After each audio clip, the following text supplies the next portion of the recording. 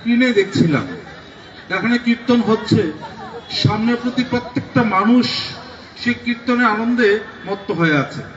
তার মধ্যে ছোট্ট শিশু আছে, বৃদ্ধ আছে, বৃদ্ধা আছে, যুবক যুবতী, সবাই। একজন বৃদ্ধ লোককে দেখছিলাম, তার সংসারের চাপে তার চেহারার মধ্যে একটা স্পষ্ট ভাব ফুটে উঠেছে। তিনি বিভিন্ন মানসিক উৎসবে এসে আনন্দ করলাম সেটা নয়, উৎসবটা হবে প্রত্যেক দিন। এই উৎসবে এসে যে আনন্দ, সেটা প্রত্যেক দিন অনুভব করা যায়। যারা এখানে এসছেন, আজকে এখানে এসছেন, নিশ্চয় অন্তর থেকে বুঝতে পারছেন যে কি আনন্দ, একটা নির্মল আনন্দ। এই আনন্দ শুধু বছর একদিন নয়, প্রত্যেক দিন আমরা অনুভব করি। আমরা যারা প্রত্যেক দিন ডিপোয়ার্কে যাই, প্রত্যেক দিন যাজনে যাই, প্রত্যেক দিন নাম ধ্যান করি, প্রত্যেক দিন মন্দিরে যাই, এই উৎসবের আনন্দ আমাদের নিত্য দিনের ব্যাপার। তা আচার্য বলেন সেই উৎসবটা যেন আমাদের প্রত্যেক দিন চলতে থাকে। উৎসবের আনন্দ যেন প্রত্যেক দিন আমাদের মনের যত উদ্বেগ আছে, ভয় আছে, দুশ্চিন্তা আছে, সব যেন দূর করে দেয়। সেটা বাস্তবিকভাবে সম্ভব। আজকে একদিনে এখানে এসে অনুভব করছেন, সেটা প্রত্যেক দিন সে আনন্দে থাকতে পারেন। জীবনে সমস্যা থাকবে, বাধা থাকবে, দুশ্চিন্তা থাকবে, ভয় থাকবে, কিন্তু আনন্দের ঘাটতি হবে না। আমরা যেহেতু মানুষ হিসেবে জন্মগ্রহণ করেছি, আমাদের জীবনে নানা সমস্যা আসবে। পৃথিবীতে এমন একটা মানুষ নেই যার জীবনে সমস্যা নেই, এমন একটা মানুষ দেখাতে পারবেন না। মৃত্যু আছে, রোগ আছে, বাধা আছে, অভাব আছে, ঝামেলা আছে, মনোমালিন্য আছে, অশান্তি সব আছে প্রত্যেকের জীবনে, কিন্তু তার মধ্যেও আনন্দে থাকা যায়। সেটা এখানে উৎসবে আসলে টের পাওয়া যায় যে আমার মনে এত দুশ্চিন্তা, এত কিছু, কিন্তু উৎসবে আসলাম সব ভুলে গেলাম। শ্রী শ্রী ঠাকুর পুরুষোত্তম, স্বয়ং ঈশ্বর, অথচ তার সারাটা জীবন যদি পর্যালোচনা করি, তার জীবনে আমার চেয়ে বহু গুণ বেশি সমস্যা ছিল। বহু বাধা বিপত্তি প্রতিকূলতা পার করে করে তিনি আজকে সারা পৃথিবীর বুকে ঈশ্বরকে পূজিত হচ্ছেন। ভগবান রামচন্দ্র পুরুষোত্তম, স্বয়ং ঈশ্বর, অথচ তার জীবন যদি দেখি, দেখা যাবে আমার চেয়ে কয়েক হাজার গুণ সমস্যা তার জীবনে ছিল। একজন পুরুষ লোকের স্ত্রীকে উঠিয়ে নিয়ে চলে গেছে রাবণ। একটা পুরুষের জীবনে এর চেয়ে বড় সমস্যা কি হতে পারে? আমার জীবনে যদি হতো, রাবণের মতো কোনো পুরুষ যদি উঠে নিয়ে যেত, আমি কি করতাম? হতাশ হয়ে যেতাম। ভগবান শ্রীকৃষ্ণ পুরুষোত্তম, অথচ তার জন্মটাই হয়েছে কংসের কারাগারে। আমার জন্মটা তো অন্তত হাসপাতালে বা মায়ের কোলে হয়েছে, কিন্তু ভগবান শ্রীকৃষ্ণের জন্মটাই কংসের কারাগার হয়েছে। তার উপর তিনি একদিনের জন্য মায়ের স্তনদুগ্ধ পান করতে পারেননি, জন্মের সাথে সাথে পালিয়ে আসতে হলো। যেখানে আসলেন সেখানে তার শান্তি নেই, কিছুদিন পর পর কংস তাকে হত্যা করার জন্য দূত পাঠাচ্ছে। তার শৈশব থেকেই সমস্যা। এরকম প্রত্যেকটা পুরুষোত্তম, প্রত্যেক অবতার জীবন যদি আমরা দেখি, সবার জীবনে সমস্যা। তারা সারা জীবন ধরে আমাদের এটাই শেখান যে জীবনে সমস্যা থাকবেই, বাধা থাকবেই, রোগ আসবেই, মৃত্যু আসবেই, কিন্তু ঈশ্বর যদি আমার মাথায় থাকে, আমি যদি আদর্শের সাথে যুক্ত থাকি, আমার জীবনের গতি কখনো অব্যাহত হয় না, আমার জীবন কখনো স্তব্ধ হয় না। তাই ঠাকুর বললেন, সৎসঙ্গের আশ্রয় গ্রহণ করো, সৎনাম মনন করো। আমি নিশ্চয় করে বলছি, তোমাকে তোমার উন্নয়নের জন্য আর ভাবতে হবে না। এত বড় গ্যারান্টি, এত বড় গ্যারান্টি আমাদের জীবনে আর কেউ কখনো দেয় না। আমরা ঠাকুরকে ধরে এই নিশ্চয়তা পেয়েছি, আমাদের জীবনে উন্নতি অব্যাহত থাকবে তিনি বললেন। এই উৎসব হচ্ছে, উৎসবের আগে আমরা সাধারণত পরম পূজ্য শ্রী শ্রী আচার্যদেবের কাছে আশীর্বাদ প্রার্থনা করি। যারাই এই উৎসবের আশীর্বাদ প্রার্থনা করতে গিয়েছেন, প্রত্যেকে আচার্যদেব একটা কথা বলছেন, যে এই উৎসব যারা আয়োজন করবে, যারা উৎসবে আসবে, তারা যেন এই উৎসবে এসে ঠাকুরকে মাথায় নিয়ে যায়। উৎসবে আসলাম, কয়েক ঘন্টা নৃত্য করলাম, আনন্দ করলাম, বাড়িতে গিয়ে খেয়ে ঘুমিয়ে পড়লাম, পরের দিন থেকে আবার আমার সেই গতানুগতিক জীবন। উৎসবের আগের দিন যে জীবন ছিল, উৎসবের পরের দিন আমার একই জীবন, তাহলে উৎসবে আসার সার্থকতা নেই। উৎসবে আসা আমার তখনই সার্থক যদি উৎসব থেকে যাওয়ার পর আমার প্রত্যেক দিন 5 মিনিট নাম ধ্যান বেড়ে যায়। উৎসব আসা তখনই সার্থক যদি উৎসব আসার পর আমি বুঝতে পারি যে আমার প্রত্যেক দিন সকাল বিকাল প্রার্থনা করতে হবে, আমি তারপর দিন থেকে সকাল বিকাল প্রার্থনা শুরু করলাম। উৎসব আসা তখনই সার্থক যে আমি আগে সকাল 8টার সময় ইষ্টভৃতি করতাম, উৎসব আসার পর আমি উদ্বুদ্ধ হলাম, ওই এখন থেকে ব্রাহ্ম মুহূর্তে ইষ্টভৃতি করি। আমি আগে ইষ্টভৃতি নিয়মিত প্রেরণ করতাম না, এখান থেকে যাওয়ার পর প্রতি 30 দিন পর পর প্রেরণ করি। উৎসবে আসার পর যদি আমি ডিপি ওয়ার্কে যাওয়ার প্রেরণা পাই এবং পরের দিন থেকে আমি ডিপি ওয়ার্কে লেগে যাই, তাহলে উৎসবে আসার সার্থকতা। তাই কোনো না কোনো ভাবে আমরা উৎসবে এসে যেন ঠাকুরকে মাথায় নিয়ে যাই, তাহলে আচার্য যদি খুশি হন, ঠাকুর খুশি হন। উৎসবটা শুধু একটা বছরে একদিন একটা ক্ষণিক, একটা তাৎক্ষণিক আনন্দের জন্য নয়। এখানে এত বছর উৎসব হচ্ছে, প্রচুর টাকা খরচ, 8-10 লক্ষ, 11 লক্ষ, 20 লক্ষ টাকা খরচ হয়ে যায়। বহু মানুষ বলে যে এত টাকা খরচ করে উৎসব হচ্ছে, কি দরকার এত টাকা, এই আমোদ প্রমোদে এই উৎসবে খরচ না করে গরিব মানুষকে দান করলে তো ভালো হতো। কথা হলো, উৎসবে শুধু টাকাটা দেখলে হবে না, এই টাকাটা কোথা থেকে আসছে। নিশ্চয় বিদেশি কোনো ফান্ড থেকে আসেনি, সরকার সাহায্য করেনি, তাহলে কোত্থেকে এসছে? ঠাকুরকে ধরে প্রত্যেকটা সাধারণ মানুষ, খেটে খাওয়া মানুষ, সংসারী মানুষ, তাদের কষ্টার্জিত আয় থেকে এই উৎসবের অর্ঘ্য দিয়েছে। সেই অর্ঘ্য দিয়ে উৎসব হচ্ছে। এই যে এত লক্ষ টাকা খরচ করে যে উৎসব করা, তার জন্য যোগ্যতা লাগে, ঠাকুরের প্রতি সমর্পণ লাগে, ঠাকুরের প্রতি ভালোবাসা লাগে, নিষ্ঠা লাগে। শুধু টাকা দিয়ে উৎসব হয় না। এই উৎসব করতে গিয়ে যারা এই উৎসবের জন্য খেটেছেন, তারা দিন রাত পরিশ্রম করেছেন। এখানে কেউ কিন্তু সৎসঙ্গের বেতনভুক্ত কর্মচারী নয়, যে সে যদি একদিন কাজ না করে সৎসঙ্গ থেকে বেতন বন্ধ করে দেবে, তা নয়। কারো কোনো স্বার্থ নেই। যারা এখানে অর্ঘ্য দিয়েছে, যারা দিন রাত খেটেছে, তাদের কোনো ব্যক্তিগত স্বার্থ নেই। সবাই ঠাকুরকে ভালোবেসে নিজের যথা সর্বস্ব দিয়ে এই উৎসবকে সার্থক করেছে। আমাকে দেখতে ওই মানুষগুলি যারা ঠাকুরকে ভালোবেসে এগিয়ে আসছেন, নিজের যথা সর্বস্ব দিয়ে এই উৎসবকে সাফল্যমণ্ডিত করে তুলছেন। সেটা শুধু টাকা দিয়ে পরিমাপ করা যায় না, সেটা পরিমাপ করা যায় মানুষের ইষ্টপ্রাণতা দিয়ে, মানুষের ভালোবাসা দিয়ে, ঠাকুর প্রতি মানুষের টান দিয়ে। আজকে মেলা করে মানুষের মধ্যে ঠাকুর তার ভালোবাসার স্থান পেয়েছেন বলে আজকে এত বড় উৎসব হচ্ছে। তাই এই উৎসব মেলাগড়বাসীর ইষ্টপ্রাণতার প্রমাণ, মেলাগড়বাসীর যোগ্যতার প্রমাণ, ঠাকুর প্রতি তাদের নিষ্ঠা প্রমাণ। এবং আগামী দিন আরো বড় উৎসব হোক, আরো প্রচুর টাকা খরচ করে উৎসব হোক। আমরা ঠাকুরকে উজাড় করে দেই, দেওয়াতে যেন কোনো কার্পণ্য না থাকে। আমরা দিয়ে দিয়ে আমরা আরো যোগ্য হয়ে উঠি, আমরা ঠাকুরের হয়ে উঠি।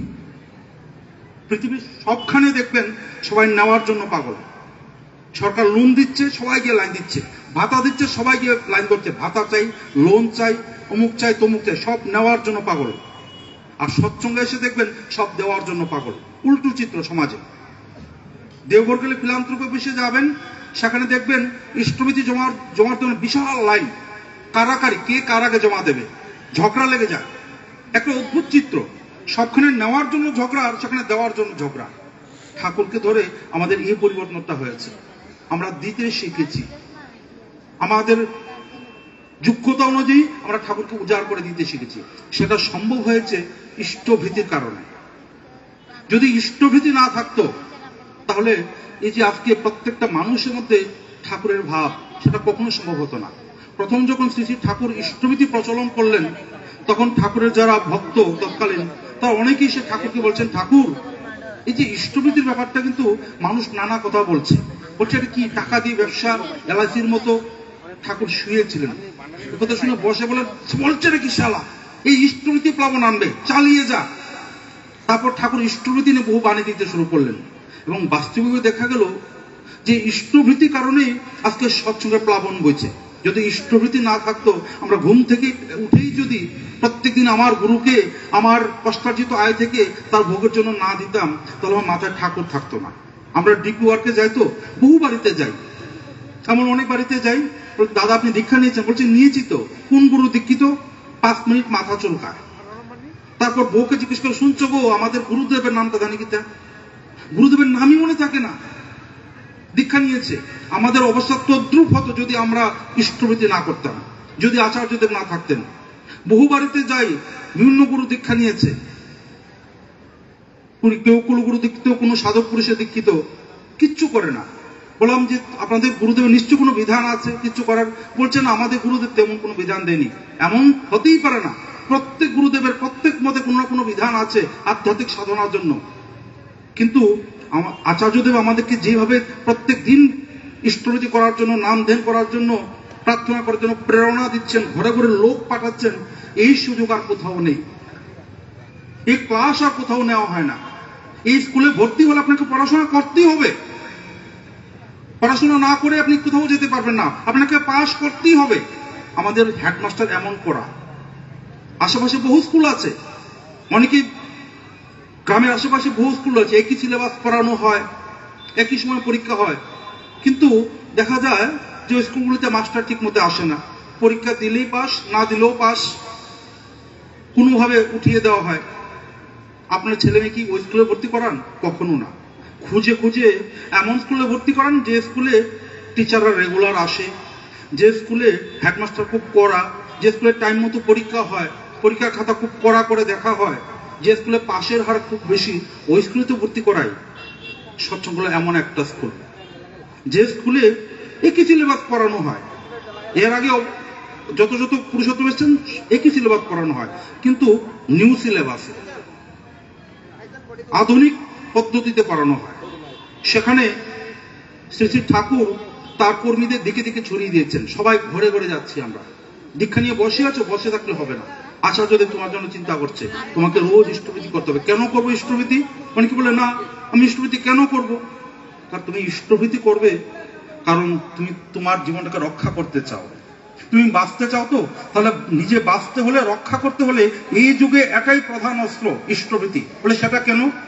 কারণটা হলো আমরা অধিকাংশ মানুষ জীবনে দুঃখ পাই, কষ্ট পাই, আমাদের জীবনে ধ্বংস ডেকে আনে আমাদের প্রবৃত্তিমুখী চলা।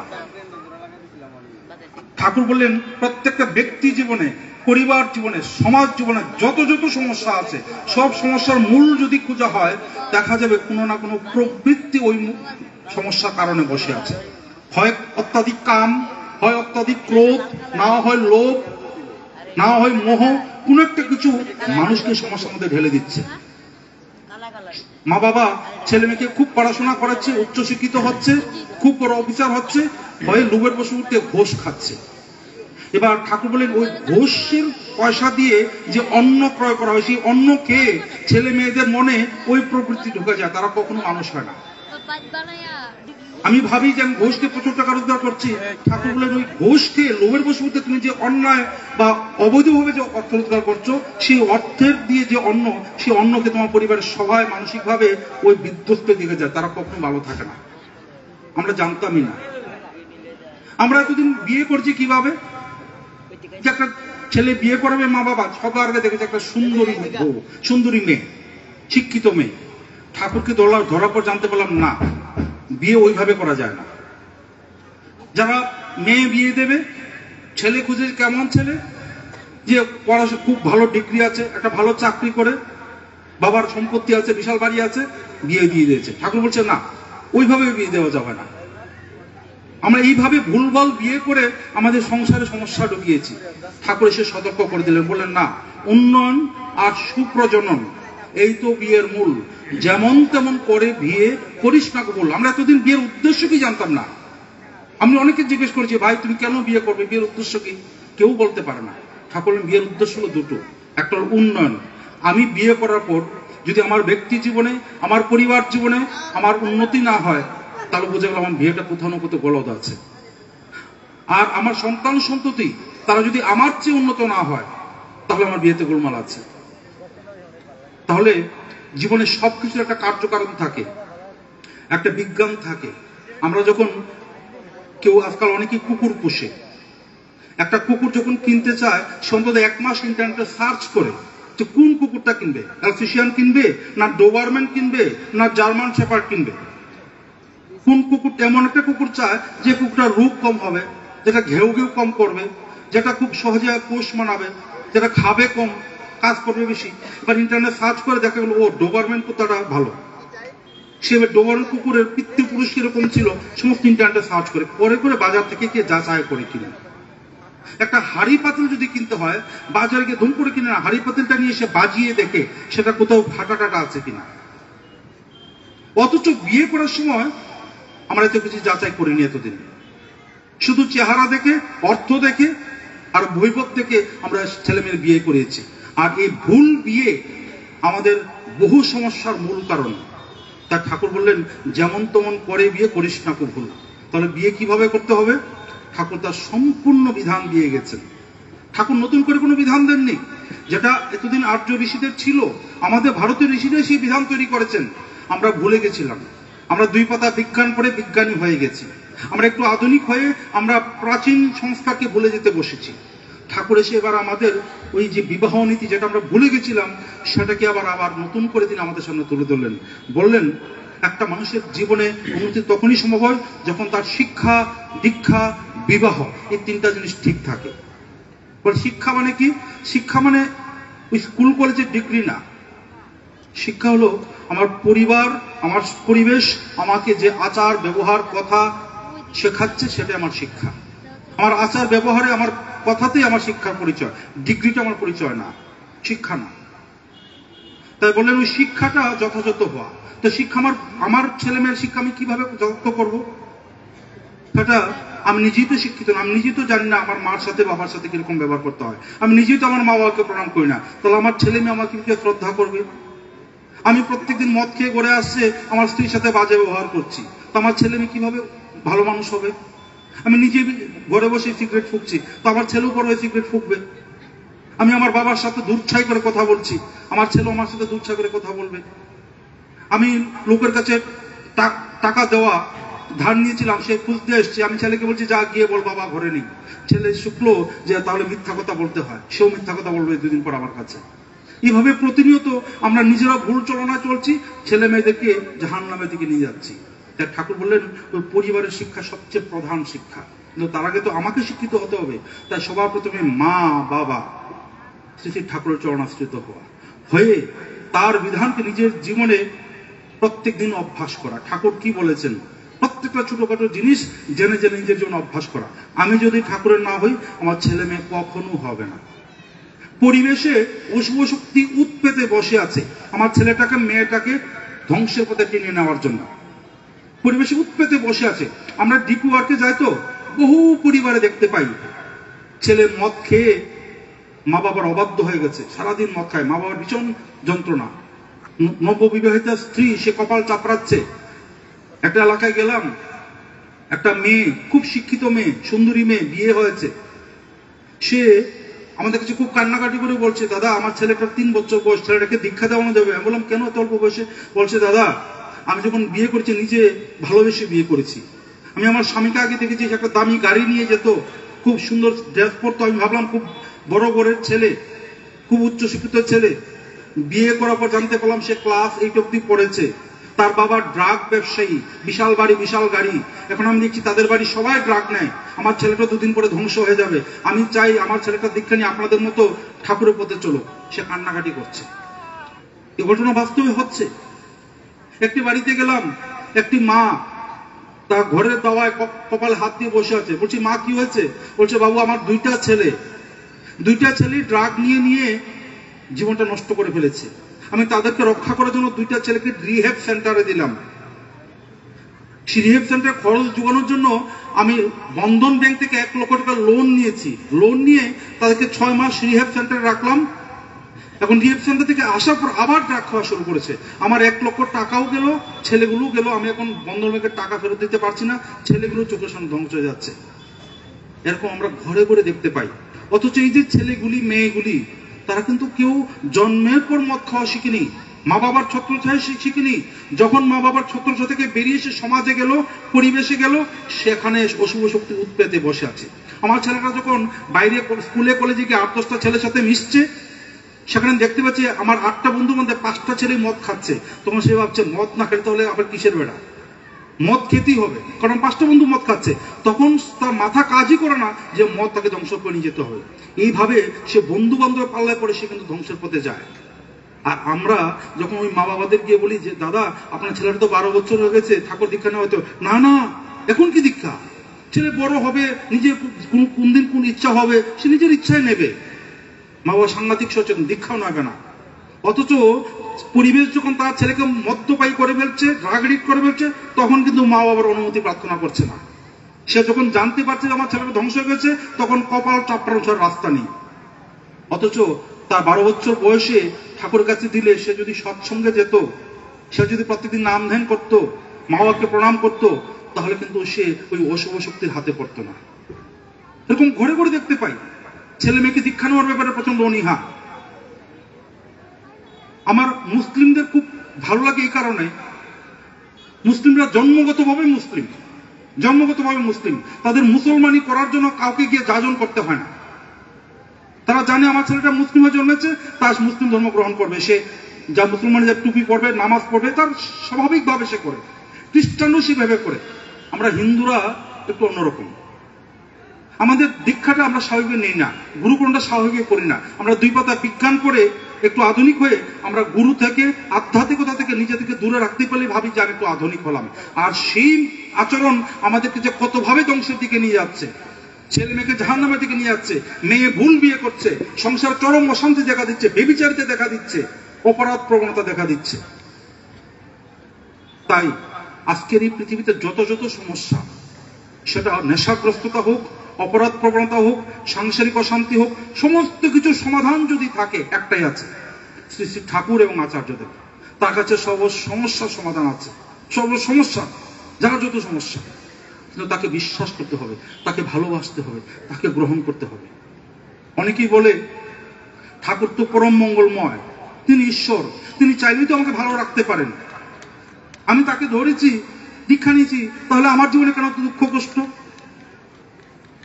কথাটা হলো, তিনি ঈশ্বর, কিন্তু তিনি কোনো অলৌকিক ক্ষমতার অধিকারী নন, তিনি বিজ্ঞানের বাইরে নন, তিনি বাস্তবের বাইরে নন, তিনি লজিকের বাইরে নন।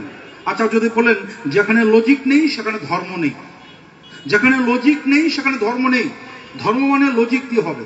আমি যদি অবাস্তব চিন্তা করি, অলৌকিক প্রাপ্তির আশা করি, তাহলে ঠাকুর সেখানে অসহায়। ঠাকুর কাকু সুমন্ত্র দিয়ে, অলৌকিকতা দিয়ে কারো জীবনে কোনো উন্নতি করতে আসেন না।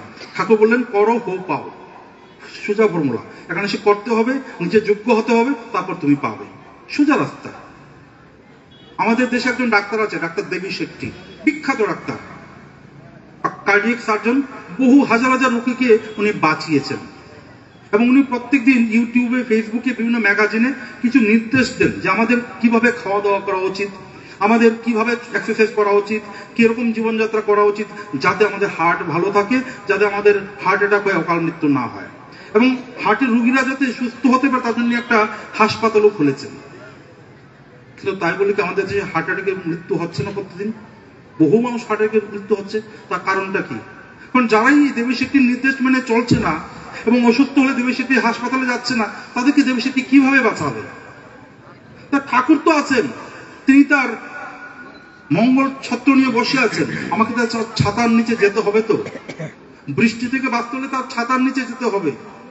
আমি তার কাছে যাব না, তার নির্দেশ মেনে চলবো না, তাহলে তো আমাকে রক্ষা করার অধিকার ক্ষমতা কারণ নেই, স্বয়ং ঈশ্বরের নেই। তাই সমস্ত অলৌকিকতা, সমস্ত অবাস্তব চিন্তা, সমস্ত ভুজরুকে দূরে সরিয়ে আমাদেরকে লজিক্যাল হতে হবে। কি করতে হবে?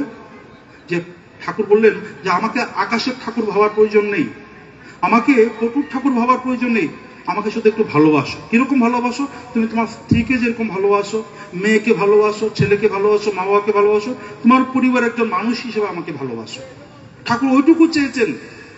ঠাকুর সোনার সিংহাসন চাননি, প্রত্যেকদিন হাজার টাকা দিয়ে নৈবেদ্য সাননি, তিনি চেয়েছেন আমার ভালোবাসা, আমি যেন ভালোবাসি তাকে, নিজের মায়ের মতো, নিজের ছেলের মতো, নিজের বউয়ের মতো। তাহলে ভালোবাসতে কি করতে হবে? বাস্তবিক ভাবে ভালোবাসতে কি করতে হবে? আমি আমার মাকে ভালোবাসি, তাই কি করি? মা যাতে খাওয়া দাওয়া কোনো কষ্ট না হয় সেটা লক্ষ্য করি, মার খাওয়া দাওয়া, ভরণ পোষণ সমস্ত ব্যবস্থা আমি করি। আমি আমার মেয়েকে ভালোবাসি, তাই কি করি? বাজারে গেলে বাজার থেকে আসার সময় একটা চকলেট নিয়ে আসি। আমার মেয়ে যাতে কোনো খাওয়া দাওয়া কষ্ট নয়, তার ভরণ পোষণ সমস্ত দায়িত্ব আমি নিয়েছি, কারণ মেয়েকে ভালোবাসি। আমি আমার স্ত্রীকে ভালোবাসি, তাই কি করি? পূজার সময় সবচেয়ে দামি শাড়িটা বউকে দেই। কাজের মহিলাকে যে দামে শাড়ি দেই, আমার বউকে সেই দামে শাড়ি দেই না, কারণ বউকে বেশি ভালোবাসি। তাই ঠাকুরকে যদি আমি সত্যি ভালোবাসি, তাহলে ওই মেয়ের জন্য, বউর জন্য করার যে তাগিদ, সেই তাগিদটা ঠাকুরের জন্য থাকবে। সেটাই হলো ইষ্টভীতি। আমি ঘুম থেকে উঠেই সর্বকর্মারম্ভে যার দয়ায় আমি জীবন পেয়েছি, যার দয়ায় আমি বেঁচে আছি, যিনি আমার এই পরিবারের মালিক, তাকে আমার কষ্টার্জিত আয় থেকে প্রত্যাশাহীন ভাবে ভক্তি করে নিবেদন করি। সেটা কোনো পয়সার ব্যাপার নয়। অনেকে বলে যে টাকা দিয়ে ভক্তি, সেটা কেমন ব্যাপার? আগে তো শুনিনি। না, টাকার ব্যাপার নয়, সেটা ভালোবাসার ব্যাপার, ভক্তির ব্যাপার, সমর্পণের ব্যাপার। টাকার সম্পর্ক আগেও ছিল। আমরা যারা আগে দীক্ষা নেইনি বা এখনো যারা দীক্ষা নেয়নি শ্রী শ্রী ঠাকুরের, তাদের সবার করে কোনো না কোনো দেবতার আসন আছে। কারো কারো ঘরে 33 কোটি দেবতার আসন আছে। সেখানে তারা প্রত্যেকদিন পূজা দেন। সে পূজা তারা নৈবেদ্য দেন, কেউ ফল দেন, কেউ মিষ্টি দেন, কেউ কিছু না কিছু ঠাকুর ভোগের জন্য দেন। সেটা কিন্তু তো পয়সা লাগে। সেটা কি পয়সা ছাড়া হয়? তাহলে পয়সা দিয়ে তো আমরা এতদিন ঠাকুর পূজা করে এসেছি, ঠাকুর নতুন কিছু দেননি। কিন্তু এতদিন আমরা যেটা করেছি সেটার মধ্যে কিছু ত্রুটি ছিল। ঠাকুর এবার সেই ত্রুটিটা মেকআপ করে দিলেন। কিরকম? এতদিন আমরা যে আমাদের বাড়িতে যে যার গুরুর আসনে পূজা দিয়েছি, কিরকম দিয়েছি যে আমার যা ইচ্ছা তাই ঠাকুরকে প্রত্যেক দিয়ে দিয়েছি। ঠাকুরের হয়তো চিনি খেতে ভালো লাগে না, আমার গুরুদেবের হয়তো চিনি পছন্দ নেই, কিন্তু যেহেতু চিনিটা কম দাম তাই বয়মে এক বয়ম ভর্তি করে চিনি রেখে দিলাম। প্রত্যেকদিন পূজার সময় 2-3টা থালির মধ্যে এক চিনি দিয়ে দিলাম। এক চেয়ে আর কি আছে নকুল দানা, সবচেয়ে কম দাম, তো নকুল দানা রেখে দিলাম, প্রতিদিন একটা নকুল দানা দিলাম। এবার ঠাকুর সে নকুল দানা খাবেন কি খাবি না তার খোঁজ আমি রাখি না, চিন্তাও করি না, দিয়ে দিয়েছি। এবার একটু পরে পিঁপড়া লাইন ধরলো, সন্ধ্যা হলে ফেলে দিলাম, আমন্ত্রণ করে দিলাম। সেটা আদৌ গুরু সেবা লাগলো কিনা তার ধার আমি ধারিনি। একটা যান্ত্রিক ভাবে একটা অনুষ্ঠান করেছি মাত্র।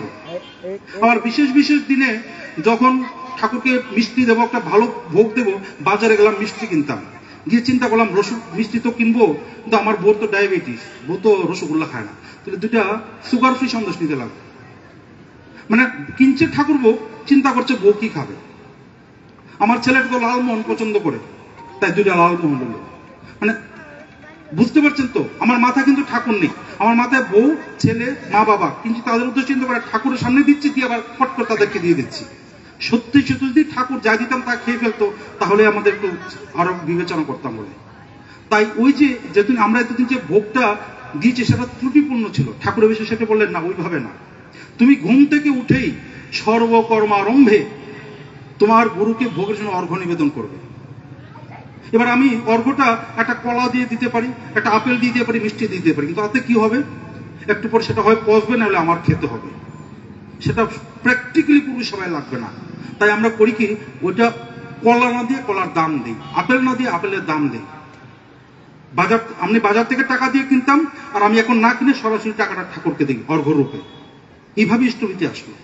এবার 30 দিন হলে আমি সেটা কিনে আমার খেয়াল খুশি মতো খরচ করি না, সেটা যেহেতু গুরুকে দিয়েছি, সেটা গুরুর মাল, আমি গুরুর বাড়িতে পাঠিয়ে দিই। এবার গুরু সেটাকে ওনার ইচ্ছে মতো ভোগ করবেন। সেটা কোনো জলে ফেলে দিন, আগুনে পোড়েন, কাউকে দিয়ে দিন, নিজে কিনে কিছু খান, তার মাল তিনি বুঝবেন। আমার দায়িত্ব গুরু কাছে 30 দিন পৌঁছে দেওয়া, সেটা ইষ্টভীতি। এতদিন যেটা আমরা ত্রুটিপূর্ণ ভাবে করেছি সেটা আরো যথাযথভাবে ঠাকুর ভোগ নিবেদন করার পদ্ধতি হলো ইষ্টভীতি। আমরা আগেও করেছি, ঠাকুরকে ধরা প্র্যাকটিক্যালি আরো নিপুণ ভাবে করছি। আরেকটা কি হতো, আগে যারা ঠাকুর ভোগে পূজা দিত, তার হয়তো বাড়ির যিনি মা বা বউ, সে স্নান টান করে ঠাকুর পূজা দেয়, আর বাকির পুরুষ লোক, বাচ্চা, তারা কিন্তু সারা বছরে 1-2বার ঠাকুরের সামনে প্রণাম করে না, ঠাকুরকে ভোগও দেয় না। তো যিনি প্রতিদিন ঠাকুর সেবা দিচ্ছেন তার মনে ঠাকুর প্রতি টান সৃষ্টি হচ্ছে, তার ঠাকুর প্রতি ভালোবাসা সৃষ্টি হচ্ছে। কিন্তু যারা সারা বছর একবারও ঠাকুরের সামনে প্রণাম করে না, ঠাকুরকে কিছু দেয় না, তাদের মনে তো ঠাকুর প্রতি কোনো আবেগের সৃষ্টি হচ্ছে না। তাহলে তাদের কি প্রয়োজন নেই নিজের হৃদয়ে ঈশ্বরকে প্রতিষ্ঠিত করার? তাই সেরকম কোনো অনুশীলন করছে না। তাই ঠাকুর বললেন না, বাড়ির প্রত্যেকেই 12 বছর উপরে যারা দীক্ষা নিয়েছে প্রত্যেকেই ঠাকুর ভোগ নিবেদন করবে। প্রত্যেকে, সে ছেলে, মেয়ে, বাড়ির গৃহকর্তা, বউ, স্বামী, সবাই ঘুম থেকে উঠে সর্বকর্মারম্ভে নিজের সাধ্য অনুযায়ী ঠাকুরকে ভোগ নিবেদন করবে। সেটা ইষ্টভীতি। আগে আমরা করতাম কি, ঠাকুর ভোগ দিতাম, ঠাকুরের কখন খিদা পায়, ঠাকুর কখন খাবেন তার খোঁজ রাখি না। ঘরে কাজকর্ম ছেড়ে, রান্না বান্না ছেড়ে, যখন সময় হলো দুপুর 1টা হোক 2টা হোক, তখন টং টং করে ঘন্টা বাজিয়ে ভোগ দিয়ে দিলাম। আর ঠাকুর কি সত্যি সত্যি তখন খাবেন না খাবেন না তার খোঁজ রাখিনি। আমি পূজা দিয়ে পুণ্য অর্জন করছি। ঠাকুর এবার ওইটাও কারেকশন করে দেবেন না, ঘুম থেকে উঠেই তুমি সর্বকর্মারম্ভে তোমার গুরুর ভোগ দেবে, তারপর তুমি সংসারে সব কাজ করো।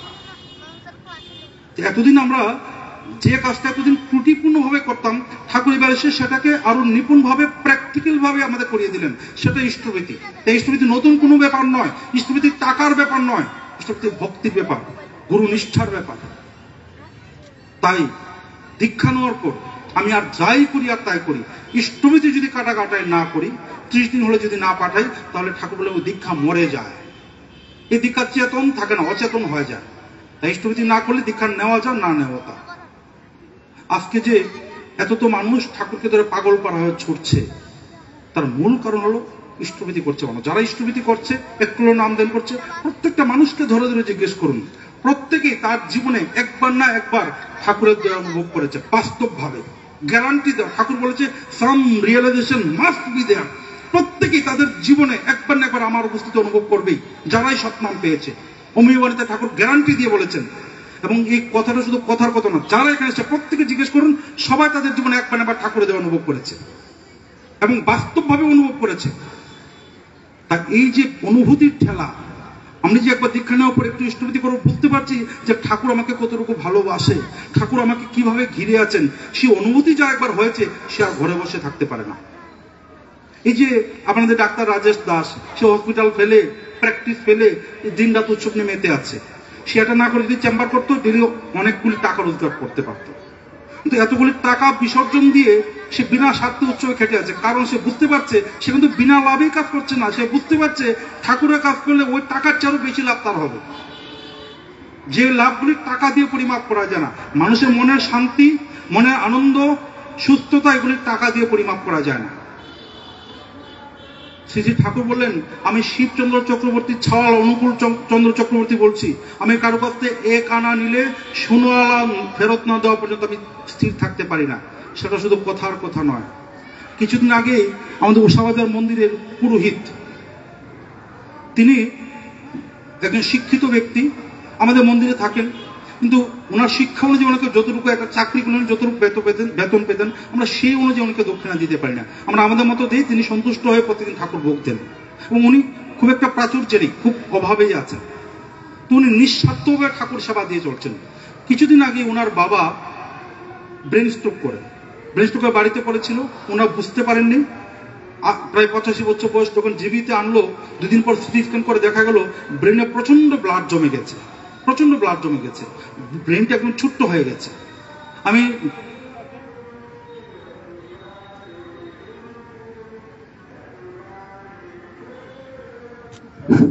নিউরোসার্জন ডক্টর রেড্ডি, ওনাকে গিয়ে বললাম যে স্যার, এই রুগীটা আমার খুব একান্ত আপনজন, যেটাকে ইমিডিয়েটলি সার্জারি করতে হবে। স্যার বললো ঠিক আছে, নিয়ে আসুন। নিয়ে এলাম।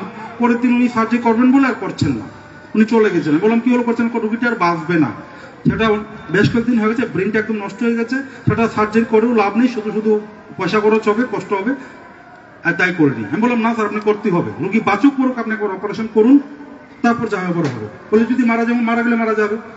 উনি আমার কথায় রুগীটাকে অপারেশন করলেন, এবং অপারেশন করার পরের দিন রুগী উঠে বসে গেল। 2-3 দিন ছুটি দিয়েছেন, এখন এই রুগী আমাদের উষাবাজার মন্দিরে হেঁটে চলে বেড়াচ্ছে। কথাটা হলো, এই যে আমাদের পুরোহিত বিনা স্বার্থে প্রতিদিন ঠাকুরের সেবা দিচ্ছেন, ঠাকুর তার বাবার জীবন ফেরত দিয়েছে। এই বাবার জীবন কি কয়েক লক্ষ টাকা দিয়ে পাওয়া যায়? আজকে যদি ওনার জায়গায় অন্য কেউ থাকতো, তাহলে কি করতো? ILSE নিয়ে যেত, সেখানে সার্জারি করতো, ICU-তে রাখতো 1 মাস, মোটামুটি 20-25 লক্ষ টাকা ওনার বেরিয়ে যেত। তো ওনার তো টাকা নেই, তো ওনার ঠাকুর আছে, আর ওনার মাথায় ঠাকুর আছে বলে ওনার সাথে আমার সম্পর্ক হচ্ছে। ঠাকুরকে না তুললে আমার সাথে কোনো সম্পর্ক হতো না। তাই আমি এই হেল্পটুকু করতে পারলাম। এইভাবে ঠাকুর জীবন ফেরত দেন। আমার বাবা কোভিডের সময় তিনি সাইকেল চালিয়ে যাচ্ছেন, হঠাৎ করে একটা অটো এসে বাবাকে ধাক্কা দিয়ে রাস্তায় ফেলে দেয়। তখন আমি হাসপাতালের ডিউটিতে, তখন কোভিড চলছিল, বাবা রাস্তা কিনে পরে ছটফট করছে, কেউ ধরছে না কোভিডের ভয়ে। প্রায় আধা ঘন্টা পরে কেউ যেন আমাকে ফোন করে বললো, তোমার বাবা মিলন সঙ্গে পড়ে আছে, গাড়ি অ্যাক্সিডেন্ট হয়ে, তুমি তাড়াতাড়ি আসো। আমি গাড়ি নিয়ে গেলাম, যেদিকে রাস্তা কিনে পড়ে আসে, মানুষ জটলা হয়ে আছে, কিন্তু কেউ ধরছে না। আমি বাবাকে নিয়ে হাসপাতালে আসলাম। এবার এত বড় একটা অ্যাক্সিডেন্ট হয়েছে, কোথাও কোনো হাড়টা ভেঙেছে কিনা আমি পুরো বডি স্ক্যান করালাম। স্ক্যান করে দেখি গেল বিশেষ কোনো হাড়টা ভাঙেনি, শুধু একটা শোল্ডার জয়েন্ট ডিসলোকেশন হয়েছে। কিন্তু এই স্ক্যান করতে গিয়ে দেখা গেল ওনার বাম কিডনিতে একটা বিশাল বড় পাথরটা এত বড় হয়ে গেছে যে 6-7 মাস যদি সেটা থাকতো, পুরোটা কিডনি সে ধ্বংস করে দিত। অথচ আশ্চর্যজনকভাবে এই পাথরের জন্য বাবার একদিনও ব্যথা হয়নি, কোনো অসুবিধা হয়নি। আমরা জানতামই না এত বড় পাথর আছে। যে জিবি হাসপাতাল যিনি ইউরোলজিস্ট বিজিত লোধ, শ্যামকলা রাজেশ দা, আর যদি 6-7 মাস থাকতো, তাহলে কিডনিটা টিকানো যেত না। তাই পরের দিনই সার্জারি করা হলো, পাথর বের করা হলো, বাবুর কিডনি বেঁচে গেল। ঠাকুর এইভাবে দয়া করেন। যখন অ্যাক্সিডেন্ট হয়েছিল তখন অনেকে বলছিল, হ্যাঁ সে ইষ্টভীতি করে অ্যাক্সিডেন্ট কেন হলো? কিন্তু ঠাকুরের মঙ্গল ইচ্ছা অন্যভাবে থাকে। এইভাবে আমাদের প্রত্যেকের জীবনে সারা রাত তো বলে শেষ করা যাবে না, তিনি কতভাবে আমাদের দয়া করে চলেছেন, আমাদের জীবন রক্ষা করে চলেছেন। ঠাকুর বললেন, যে আমার কথা শুনে আমি তার কথা শুনি, আবার বললেন যে আমার পরিবারের খেয়াল রাখে আমি তার পরিবারের খেয়াল রাখি। তো ঠাকুরের পরিবারকে আশেপাশে প্রত্যেকটা মানুষ তার সন্তান। আমি যখন ডিপি ওয়ার্কে যাই তখন তার পরিবারের খেয়াল রাখি, আমি যখন যাজন করি তখন তার পরিবারের খেয়াল রাখি। ঠাকুর বললেন ওই আমার পরিবারের যে খেয়াল রাখে আমি তার পরিবারের খেয়াল রাখি। বাস্তবিকভাবে ঠাকুর আমার পরিবার খেয়াল রাখেন, বাস্তবিকভাবে ঠাকুর আমার জীবন রক্ষা করেন, সেটা প্রতি মুহূর্তে অনুভব করি। আমি অনেকটা সময় বলে ফেলেছি, আমি আবার বলছি, এই উৎসবে যারা এসছেন, যারা দূর থেকে শুনছেন, এই উৎসবের আনন্দের জন্য একদিন আনন্দ না হয়, কয়েক বছর আনন্দ না হয়, প্রত্যেক দিন যেন এই উৎসব আমরা অনুভব করি। এই উৎসব আনন্দ প্রত্যেকদিন অনুভব করা যায়, সত্যি করা যায়, আমরা করি, প্রত্যেকদিন আনন্দ করি উৎসবের মতো। ডিপি ওয়ার্কে যাই, দীক্ষার কাজে যাই, মন্দিরে যাই, সকাল বিকাল প্রার্থনা যাই, ভীষণ আনন্দ। এই মন্দিরের মেলাঘর মন্দিরের আশেপাশে যারা বাড়ি আছে আসলে খুব দুঃখ করে বলেন যে আশেপাশে বাড়িঘরগুলি সকাল বিকাল প্রার্থনা মন্দিরের কাছে আসে না, মন্দিরে আসে না, ঠাকুর একা বসে থাকেন। ঠাকুর যত মানুষ আসে তত খুশি হন। আমরা যারা আছি আশেপাশে সকালে বা সন্ধ্যায় সময় করে যদি মন্দিরে যায় প্রার্থনার সময়, তাহলে ঠাকুর খুশি হন। আর ঠাকুর খুশি হলে আমার জীবন সুখে ভরে ওঠে। আসলে দুঃখ করে বলেন সন্ধ্যাবেলা চায়ের স্টলে যে ভিড় হয় মন্দিরে সেই ভিড় হয় না। আপনার দাদারা মায়েরা একটু লক্ষ্য রাখবেন, সপ্তাহে প্রত্যেকদিন না পারেন, একদিন হোক, দুদিন হোক, 3 দিন হোক, ছেলে মেয়ে সবাইকে নিয়ে একটু মন্দিরে গিয়ে প্রার্থনা করবেন। ঠাকুর তাতে খুশি হন, আচার্যদের খুশি হন। শুধু মন্দিরে যাওয়া নয়, মন্দিরে গিয়ে একটু ঠাকুর ঘরটা ঝাড়ু দিয়ে দিলাম, একটু ঠাকুর বাসনগুলি মেজে দিলাম, একটু ফুল তুলে দিলাম, এভাবে শ্রম দিতে হয়। ড্রেনটা পরিষ্কার করে দিলাম। এইভাবে মন্দিরটিকে নিজের বাড়ি ভেবে সংসারে যেরকম কাজ করি মন্দিরে সেরকম কাজ করতে হয়। তাহলে দেখবেন নিজের জীবনে বহু বাধা বিপত্তি, বহু গ্রহদোষ কিভাবে দূর হয়ে যাচ্ছে। জীবনটাকে সুখী করা খুব সোজা, জীবনটা খুব আনন্দের, সত্যি খুব সুন্দর। আমরা ইচ্ছে করে জীবনটাকে কমপ্লিকেটেড বানাই, দুঃখের বানাই। ঠাকুর থেকে যত দূরে থাকি তত জীবন কমপ্লিকেটেড হয়ে ওঠে, তত দুঃখের হয়ে ওঠে। যত ঠাকুরকে আঁকড়ে ধরি তত জীবন সুন্দর, ততই সহজ। আমরা সবাই আনন্দে থাকুন। এই মেলাঘর আরো ভাবে ঠাকুর হয়ে উঠুক, আগামী বছর আরো বিশালভাবে উৎসব হোক। আমি এই প্রার্থনা রেখে জয়গুরু জানাচ্ছি। জয়গুরু।